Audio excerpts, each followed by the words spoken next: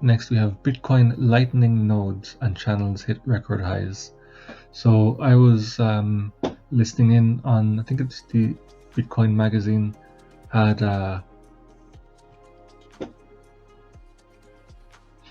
excuse me, they were running kind of like a live talk on Twitter, the Twitter Spaces, which is a new implementation by Twitter, which was very interesting to be a part of.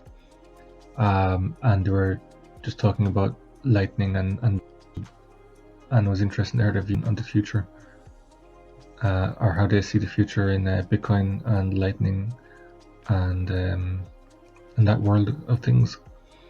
So Bitcoin Lightning nodes and channels hit record highs. The number of Lightning Network nodes has increased 160% over the past 12 months, while the number of channels is up 170% since January. The node count for Bitcoin's leading Layer 2 solution, the Lightning Network, has spiked to record levels following a surge of adoption.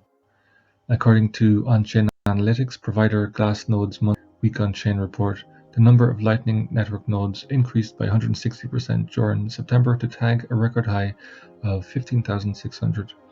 At the end of August, just 6,000 Lightning Network nodes were live. The number of channels or connections between different nodes on the Lightning Network has also hit a peak of 73,000, representing an average of 4 channels, the report added. Bitcoin Visuals is currently reporting an average of 9.3 channels per node as of. This is around double the number of channels that were live through the period from 2019 to 2020, with most of this growth occurring since May 2021. The total capacity of the Lightning Network has seen explosive growth this year, according to Glassnode. The metric refers to the total amount of Bitcoin that can be transferred using the Lightning Network. The network's capacity is currently at an all-time high of 2,904 Bitcoin, which is $123 million at current prices. The milestone marks an increase in capacity of 170% since January, with roughly 22% of, or 514 BTC having been added to the network in September alone. The average channel capacity, or amount of BTC sent per channel, is currently 0.04 BTC, around 1,670, representing another all-time high for the network. This is an increase of 43% from the mean channel size of 0.028 BTC throughout 2019 and 2020.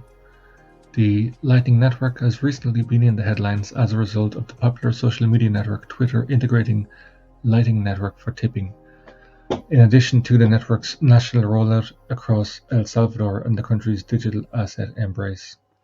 The Lightning Network was proposed by two researchers, Thaddeus Drea and Joseph Poon, in 2015 as a way to take Bitcoin transactions off-chain to increase throughput and decrease costs.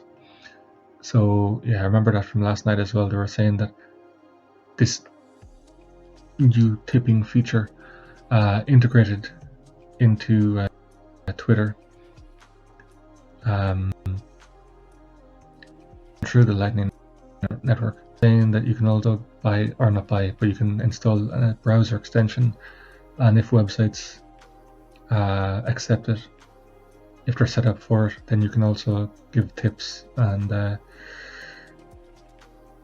pay for things like that directly on websites through this browser extension.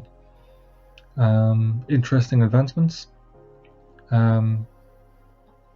Interesting that Twitter has incorporated this directly into the app or into Twitter, and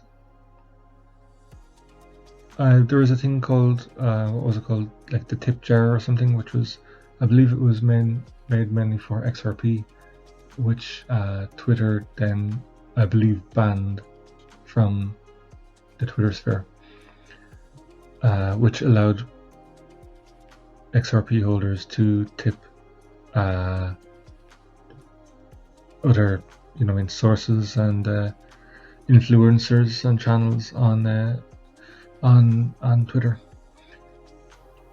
I don't think they should have banned it, but this is Twitter doing that reminds me of the same thing of China trying to outlaw and ban crypto and then bring in their own. Of course, the Lightning. This would explain why as well, because it's running through the Lightning network, which decreases the cost, as opposed to doing it directly on the Bitcoin blockchain. But it's decentralized to the point that it has to run through Jack from Twitter. He has another app and company, I believe, called Strike, and so all of these transactions then on run through this centralized entity, that they will receive a percentage of each transaction as well. So they would encourage then people to make transactions to tip your favorite influencers and channels, and of course then they will take a tiny percentage, which in the grand scheme of things adds up to enormous amounts. So that is why he would want to have monopoly over that and not allow people to have independence in those areas. But technology advancements, is it for the better or not? Share your thoughts below and let me know what you think. So moving on.